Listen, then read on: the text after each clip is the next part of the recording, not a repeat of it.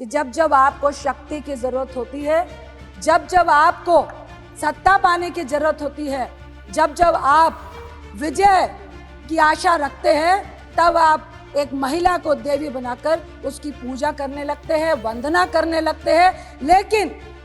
लेकिन अंदर में एक पुरुष की जीत और उसकी वंदना होती है। तो मैं रिक्वेस्ट करती हूँ, हमें अधिकार चाहिए। दया का पात्र ना महिला कभी थी ना होगी। एक महिला होने के नाते मैं आशा करूंगी कि आप 5 मिनट आप अपनी तरफ से मुझे देंगे, और मैं सत्ता पक्ष को भी कहूंगी कि आज महिलाओं का दिन है। मैं होम मिनिस्टर साहब से रिक्वेस्ट करती हूँ कि 5 मिनट आप अपनी तरफ से मुझे दीजिएगा, अपनी पार्टी से दीजिएगा। सबसे पहले मैं महिला रिजर्वेशन बिल का स्वागत करती हूँ। मैं भी महिला हूँ और चाहते हैं हम लोग कि महिलाओं की जो भागीदारी है वो सदन में बढ़े, राजनीतिक परिवेश में बढ़े, लोगों के प्रतिनिधित्व करने में बढ़े। मैं एक आपत्ति दर्ज कराना चाहती हूं, जिसका नाम आपने दिया है महिला आरक्षण का नारी शक्ति विधेयक। ये नारी शक्ति विधेयक है, लेकिन अपने नाम दे दिया इसका नारी शक्ति वंदन विधेयक। मुझे लगता है ये एक संवैधानिक अधिकार है, ये कोई दैविक वरदान नहीं है, ये कोई प्रधानमंत्री साहब का या आपका दिया हुआ महिलाओं को दया का पात्र नहीं है। ये हमारा एक संवैधानिक अधिकार है। आपने इसका नाम दैविक और दया और पूजा से जोड़ के, मुझे लगता है जो आंदोलन का इतिहास था उसको भी खत्म करने की कोशिश की है। ये एक मैं महिला होने के नाते बोल रही हूँ। वंदना आपके सरकार में महिलाओं की कितनी होती है यह हम सबको मालूम है। वंदना हम महिलाओं की, सत्ता पक्ष हो या विपक्ष में हो, जितनी भी पुरुष मानसिकता है, महिलाओं की वंदना इतिहास गवाह है कि जब जब आपको शक्ति की जरूरत होती है, जब जब आपको सत्ता पाने की जरूरत होती है, जब जब आप विजय की आशा रखते हैं, तब आप एक महिला को देवी बनाकर उसकी पूजा करने लगते हैं, वंदना करने लगते हैं।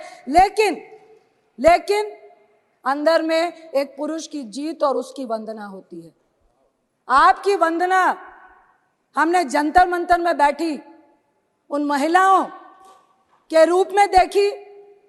आपकी वंदना, आपका महिलाओं का सम्मान जब मणिपुर पे हमारी महिलाएं निवस्त्र हो रही थी, हमने तब देखी।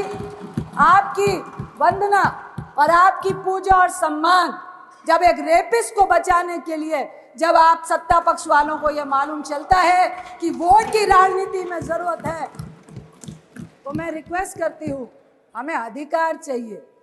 दया का पात्र ना महिला कभी थी ना होगी।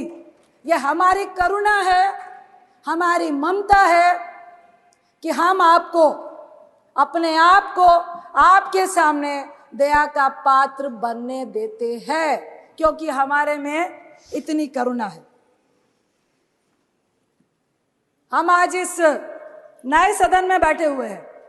मैं प्रशंसा करती हूँ, बहुत अच्छा है, लविश है, लेकिन एक बात जरूर कहूंगी, जो पुराना सदन है वो घड़े का पानी है और ये जो नया है रेफ्रिजरेटर का पानी है। और घड़े के पानी की जो महक होती है ना, वो जिंदगी सालों सालों तक हम भूल नहीं पाते हैं। बस इतना फर्क है, ये आपको भी सोचना पड़ेगा कि आखिर ये फर्क इस पुराने बिल्डिंग और नए बिल्डिंग में क्यों है।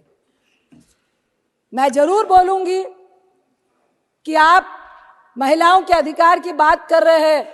मेघवाल साहब को मैं लोकसभा में कल सुन रही थी टीवी में बैठकर, आप बड़ी बड़ी वंदना और नारी शक्ति की बात कर रहे थे, लेकिन आपकी नारी शक्ति के लिए इतनी बड़ी प्रेरणा है सभापति जी कि जब इस नई बिल्डिंग का उद्घाटन हुआ तो हमारी महिला राष्ट्रपति आदरणीय मुर्मू जी को उद्घाटन तक में नहीं बुलाया गया।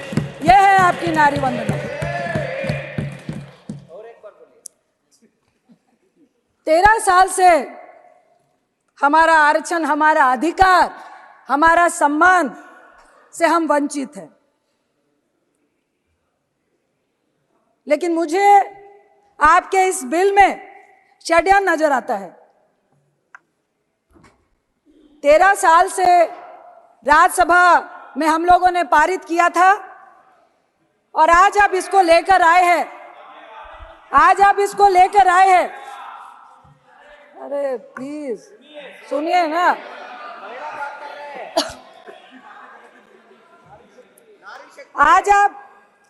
आज आप इसको लेकर आए हैं 9.5 साल के बाद। 2014 में आप सत्ता में आए, आपके मैनिफेस्टो में था महिला आरक्षण देना है। 9.5 साल क्यों लग गए? मेरा पहला सवाल आपसे यही है। दूसरा सवाल, महिला आरक्षण के लिए आपको स्पेशल सत्र बुलाने की जरूरत क्यों पड़ गई? प्रचार करना था। जो लाइमलाइट लेने की आदत आपको हमेशा से रही है, इसमें भी महिलाओं को भी आपने यूज किया है। तीसरा सवाल, आपने कहा जातीय जनगणना और परिसीमन का पेच जो आपने लगाया है, क्यों लगाया? मैं आपसे पूछती हूं, आपने इसका जवाब दे रहे थे कल कि अगर हम ये नहीं कहते तो आप पीआई लेकर सुप्रीम कोर्ट जाते। अरे आप तो वो लोग हैं जिन्होंने नोटबंदी लगाने से पहले किसी से चर्चा भी नहीं की और 155 लोग लाइनों में मार दिए, तो अभी ऐसी कौन सी बाधा है? आप वो लोग हैं जो किसान का काला कानून लाने से पहले किसी से नहीं पूछा, 750 किसान शहीद हो गए, लेकिन वो आपकी बाधा नहीं बनी। 1 साल तक लगातार वो सड़कों में बैठे रहे।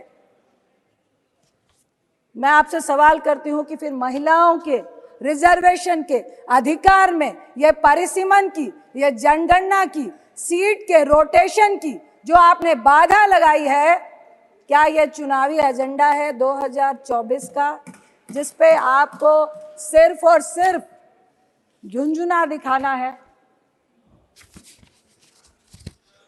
मैं आपसे आपकी नियत और अपने कांग्रेस की नियत के बारे में सफाई देना चाहती हूँ, उदाहरण देना चाहती हूँ। आप महिमा मंडल कर रहे हैं कि आप महिला रिजर्वेशन बिल लेकर आए, लेकिन मैं आपको उदाहरण देती हूं कि 9 मार्च 2010 में जब यूपीए 2 राज्यसभा में जब यह बिल पारित हुआ था, यानी सत्ता में आने के 1 साल के बाद, यानी कि हमारी मंशा आने वाले लोकसभा में इसका प्रचार करना नहीं था। 10, 11, 12, 13, 14 में चुनाव था। हम सिर्फ और सिर्फ महिला को सशक्तिकरण करना चाहते थे। राजीव गांधी जी ने कहा था, मैं उनके एक इंटरव्यू की एक संक्षिप्त शब्दों को याद करना चाहती हूं कि महिलाओं के मामले में जो हिंदुस्तानी पुरुष है वो डबल स्टैंडर्ड का है। एक तरफ तो वो ऊंचे सिंहासन में महिला को बैठाता है, लेकिन दूसरी तरफ जब उसको सम्मान और समानता का अधिकार देने की बारी आती है, तब वो अपना पल्ला खींच लेता है, जैसा कि आपने हमारी राष्ट्रपति जी के साथ किया, वो भी ट्राइबल। मैं आपसे सिर्फ इतना कहना चाहती हूं कि देखिए, हम चाहते हैं कि जातीय जनगणना, परिसीमन, रोटेशन को दरकिनार करके आप महिला को आरक्षण क्यों नहीं देना चाहते हैं? इसका मतलब है आप पुरुष के हिस्से में से महिलाओं को हिस्सा नहीं देना चाहते हैं। आप परिसीमन करेंगे, सीटें बढ़ाएंगे, उसके बाद आप महिलाओं को एक अलग से हिस्सा देंगे। आखिर क्यों नहीं आज के हिस्से में आप महिलाओं को हिस्सा देना चाहते हैं? मैं आपसे इतना ही कहूंगी कि हमारा जो महिलाओं को मजबूत करने का जो महिला का बिल था, वो यूपीए 2 में जो राज्यसभा में पास हुआ, हम चाहते हैं कि ये जो आपने नारी शक्ति का वंदन विधेयक का नाम दिया है, इसको समानता का अधिकार दे, हमें वंदना और पूजा नहीं करें।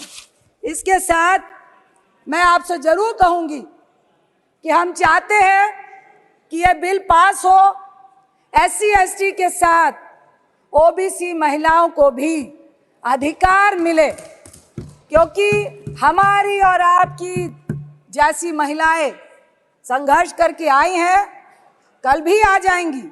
हमें भी संघर्ष करना पड़ता है, लेकिन इस राजनीति के फील्ड में, इस मैदान में एक अकेली महिला अगर वो समाज के लिए अच्छा भी करती है, लेकिन इस राजनीति के दलदल में उसका अकेले कूदना, संघर्ष करना आज भी बहुत जटिल है। क्योंकि अगर महिला मजबूत है, आपके साथ कंधे से कंधा मिलाकर चलना चाहती है, अपनी राय रखना चाहती है, वो जो पुरुष मानसिकता है उसको गवारा नहीं है।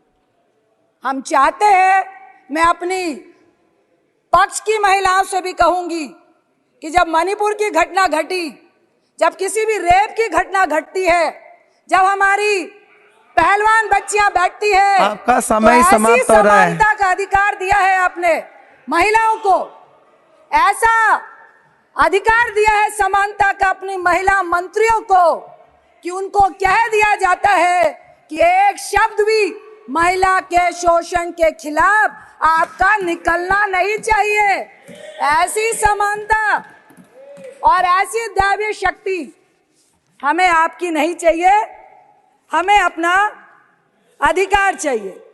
इसके साथ ही मैं एक कविता का अंश पढ़ के अपनी बात को खत्म करना चाहूंगी। नारी के ऊपर एक कविता है, उतारो मुझे जिस क्षेत्र में सर्वश्रेष्ठ कर दिखाऊंगी, औरों से अलग दिखने में कुछ अलग करके ही जाऊंगी। चाह नहीं है एक अलग नाम की, इसी को महान बनाऊंगी। नारी हूं मैं इस युग की, नारी की अलग पहचान बनाऊंगी। जो सदियों से देखा तुमने लिपटी साड़ी में कोमल तन को, घर घर में रहती थी वो पर जान न सके थे उसके मन को। झुकी हुई सी नजरें थी, वाणी मध्यम मधुर सी थी, फिर भी तानों की आवाज प्रबल थी। हिम्मत ना थी उफ करने की, अब बदल गई है ये पहचान। अब बदल गई है ये पहचान, नारी की ना साड़ी परिभाषा, वाणी अभी भी मध्यम मधुर सी, पर कुछ कर गुजरने की है प्रबल सी आशा। चाहे जो भी मैं बन जाऊं, गर्व से नारी ही कहलाऊं। मुझे गर्व है कि आज सभापति की चेयर में हमारी ओलंपियन PT उषा जी बैठी हैं। मेरा बचपन का सपना था, जब मैं पूजा में जाती थी और गॉड से विश करती थी, मुझे राजनीतिक व्यक्ति नहीं बनना था, कि मुझे PT उषा जी की तरह गोल्ड मेडल लेना है। एक ही बात कह के मैं अपनी बात को खत्म करूंगी कि महिलाओं के समानता के अधिकार के लिए, चाहे राज्यसभा हो चाहे लोकसभा हो, हम सब महिलाओं को एकजुट होकर अपने सम्मान और अधिकार के लिए एक होना पड़ेगा। यही कह के मैं, ऐतिहासिक दिन है महिलाओं के लिए, इसलिए मैं इस बिल का समर्थन करती हूं और चाहती हूं कि ये आपके झोले में, पिटारे में चला नहीं जाए। और ये जो 2019 का आपने झुंझुना पकड़ाया है, अगर सही मायने में आप महिलाओं को हक देना चाहते हैं तो कुछ तोड़ निकालिए और ये परिसीमन और जनगणना से पहले महिलाओं का हक उनके सामने रखिए। आपका बहुत बहुत धन्यवाद।